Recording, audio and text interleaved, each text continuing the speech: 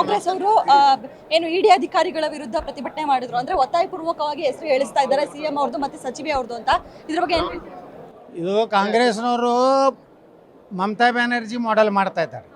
ಯಾವ ರೀತಿ Mamata Banerjee E D ಅವ್ರನ್ನ ಹೊಡೆಸೋದು ಬಡಿಸೋದು ಮಾಡ್ತಾ ಇದ್ದಾರೆ. ಇದು ಒಳ್ಳೆ ಬೆಳವಣಿಗೆ ಅಲ್ಲ.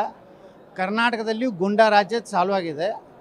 ಇದರಿಂದ ಮುಂದೆ ಒಂದಿಲ್ಲ ಒಂದು ದಿವಸ ಇದು ಸಿದ್ದರಾಮಯ್ಯವ್ರಿಗೆ ಭಾಳ ದೊಡ್ಡ ಒಂದು ಪಶ್ಚಾತ್ತಾಪ ಪಡಬೇಕಾಗ್ತದೆ. ಈ ರೀತಿ ಹಾಗೆ ಇವತ್ತು ನಡೀತಾ ಇರುವಂತಹ ಬಜೆಟ್ ಫ್ಲಾಪ್ ಆಗುತ್ತೆ ಅಂತ ಕಾಂಗ್ರೆಸ್ನವ್ರು ಹೇಳ್ತಾ ಇರುವಂತದ್ದು. ಯಾಕಂದ್ರೆ ಚಂದ್ರಬಾಬು ನಾಯ್ಡು ಹಾಗೆ ನಿತೀಶ್ ಕುಮಾರ್ ಅವ್ರನ್ನ ಒಲಿಸೋದಕ್ಕೆ ಹೋಗಿ ಇವತ್ತು ಬಜೆಟ್ ಫ್ಲಾಪ್ ಆಗುತ್ತೆ ಅಂತ ಹೇಳ್ತಾ ಇದ್ದಾರೆ. ಒಳ್ಳೆ ಬಜೆಟ್ ಕೊಟ್ಟಿದ್ದಾರೆ. ರೈತರ ಸಲುವಾಗಿ ಅನೇಕ ಯೋಜನೆ ಕೊಟ್ಟು ಬಂದರೆ ಸ್ವಲ್ಪ ಅವ್ರು ಅಲಯನ್ಸ್ ಪಾರ್ಟಿಗೆ ಹೆಚ್ಚು ಕೊಟ್ಟಿದ್ದು ಅದೇನು ತಪ್ಪಿಲ್ಲ. ಅದರಿಂದ ಏನಾಗೋದಿಲ್ಲ. ಇವತ್ತಿನ ಬಜೆಟ್ ಅಲ್ಲಿ ಕರ್ನಾಟಕಕ್ಕೆ ಏನೆಲ್ಲ ಸಿಗ್ಬೋದು ಸರ್? ಏನ್ ನಿರೀಕ್ಷೆ ಇದೆ? ಇಲ್ಲ, ನಾನು ನೋಡಿಲ್ಲ, ಬಜೆಟ್ ನೋಡಿಲ್ಲ.